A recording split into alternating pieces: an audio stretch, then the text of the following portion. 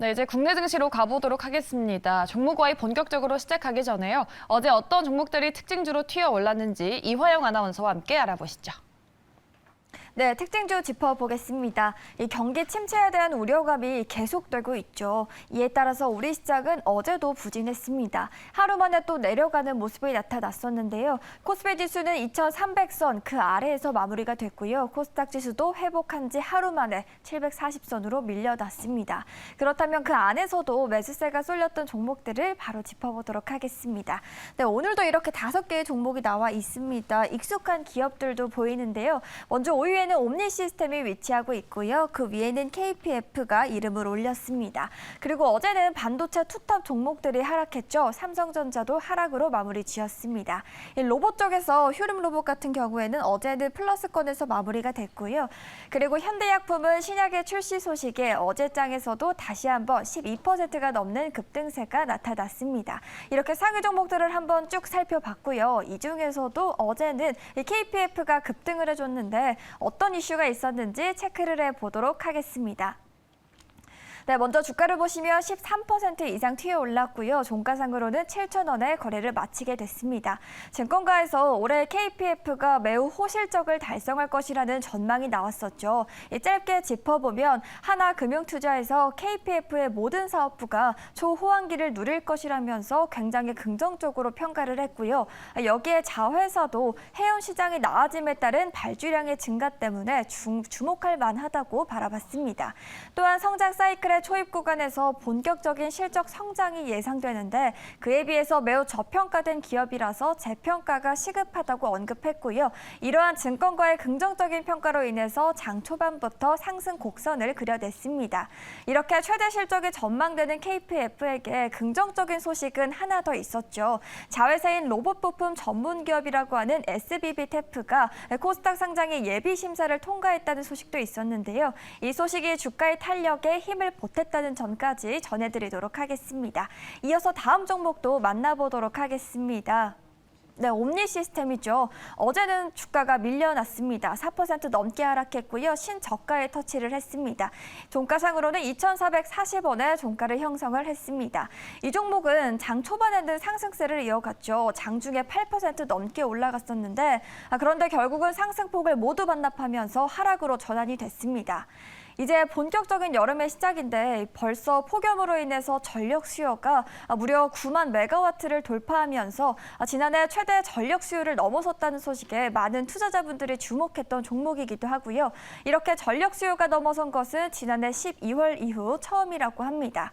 또한 어제 장중에는 코스피 지수가 하락세를 보였던 와중에 한국형 스마트시티의 해외 수출을 앞두고 관련주를 묶이면서 초반에 주목을 받기도 했습니다. 이러한 소식도 함께 전해드리도록 하겠고요. 참고하셔서 오늘장의 투자 힌트까지 얻어가시길 바랍니다. 네, 종목으로 더 딥하게 들어가 보도록 하겠습니다. 목요일에 함께 하시는 분이죠. 헤르메스 스타 김시은 팀장님 나와주셨습니다. 어서 오세요. 네, 안녕하세요. 네, 그럼 어제 어떤 특징주를 가져오셨는지 종목과의 첫 번째 종목 열어보겠습니다. 네, 오늘의 종목은 YG 엔터테인먼트입니다. BTS 여파로 내리막길을 걷던 엔터주들 다시금 반등을 하고 있는 것 같습니다. 엔터주 YG 가수가 컴백하나 봐요? 네, 블랙핑크가 8월에 컴백한다는 소식으로 인해서 어제 엔터주가 조금 강세를 보였습니다. 네. 특히 YG 엔터 같은 경우에는 6% 넘게 상승하는 모습 보여줬었는데요. 아무래도 K-팝 여성 아이돌 중에서 독보적인 인기를 네. 구사하는 아이돌이다 보니까 그에 대해서 영향이 굉장히 큰 것으로 보여지고 있습니다. 특히 해외에 대한 그 인지도가 굉장히 높다고 할 수가 있겠는데 그렇죠. 아무래도 유튜브 채널 구독자 수만 하더라도 7,400만 명 그리고 7,400만 명이요? 네네, 인스타그램도 그 팔로워 수를 합산을 하게 된다면 네. 3억 명을 넘는다고 할 정도로 굉장히 셀럽이라고 할 수가 있겠는데 네. 솔로 앨범 같은 경우에도 정규집에 구사한 인기를 구사할 정도다 보니까 그에 대한 영향력 굉장히 크다고 보고 있습니다. 이번 신곡만 하더라도 150만 장 이상 판매할 것으로 기대하고 있고요. 일단 음반 같은 경우에 매분기 꾸준하게 팔리고 있다 보니까 그에 대한 부분 크게 기대가 되고 있습니다. 일단 그동안 YG 엔터 같은 경우에는 다른 엔터사들에 비해서 실적이 부진하다는 이야기를 굉장히 많이 들었습니다. 그쵸. 네, 2분기 컨센서스도 하회할 것으로 영업이익이 하회할 것으로 전망하고 있는데 아무래도 활동하는 아티스트가 상반기에 활동하지 않았다 보니까 그에 대한 영향이 있는 것으로 보여지고 있고요.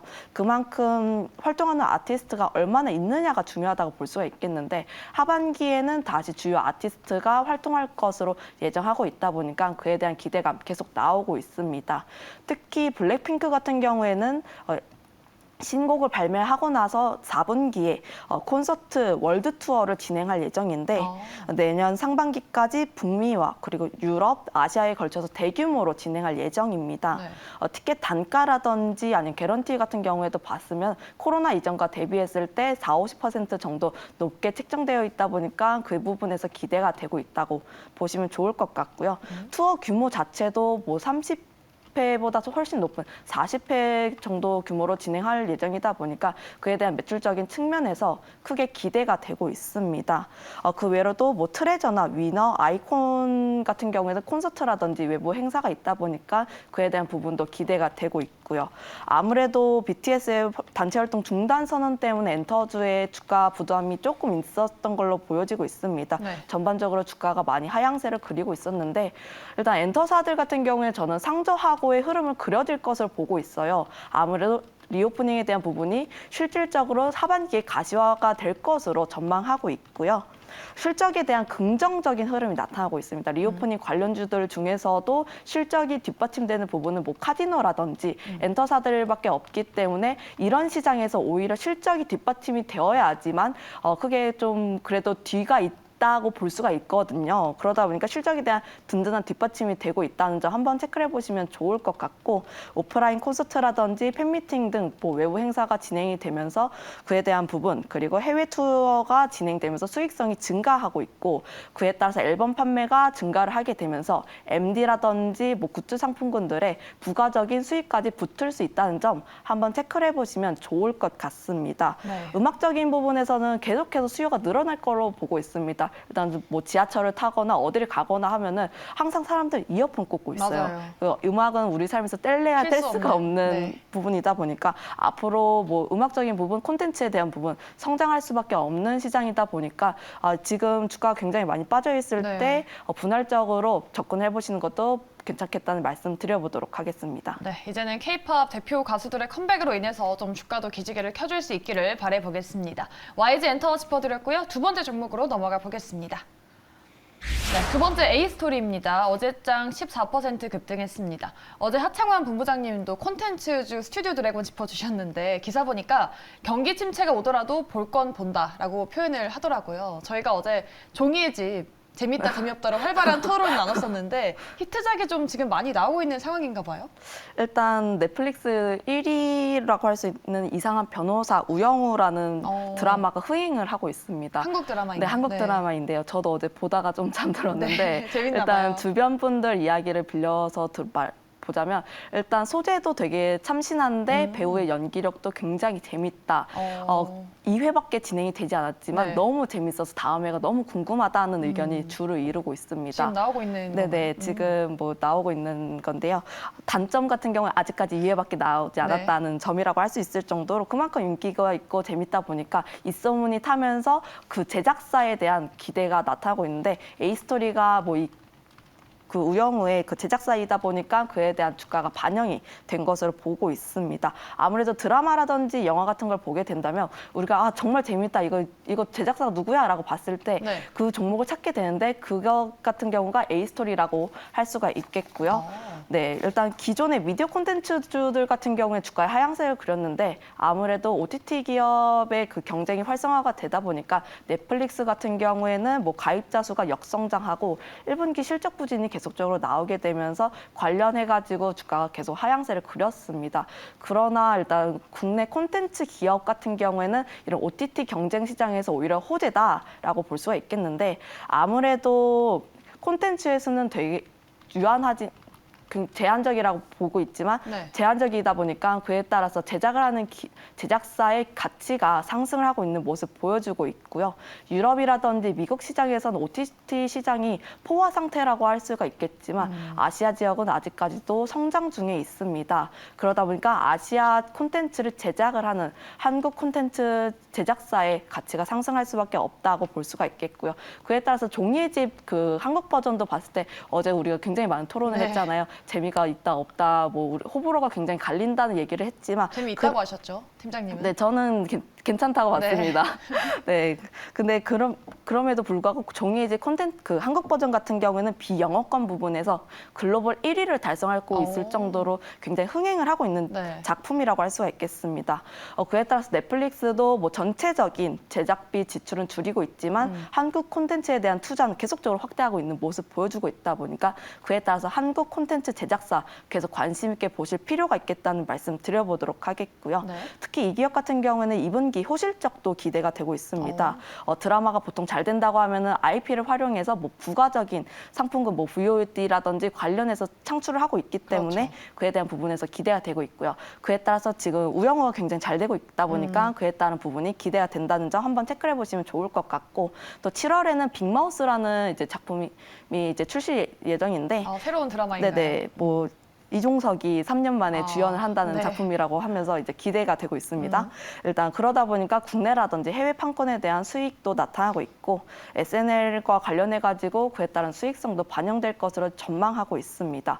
그에 따라서 1분기 영업이익과 비슷한 수준을 낼 것으로 전망하고 있는데 1분기 영업이익이 역대급 실적을 냈었는데 영업이익만 하더라도 53억을 달성을 했는데 전년과 비교했을 때 600% 넘게 상승하는 모습 보여줬다 보니까 그에 대해서 특히 실적에 대한 부분이 기대가 된다는 점 한번 체크를 해보시면 좋을 것 같고요.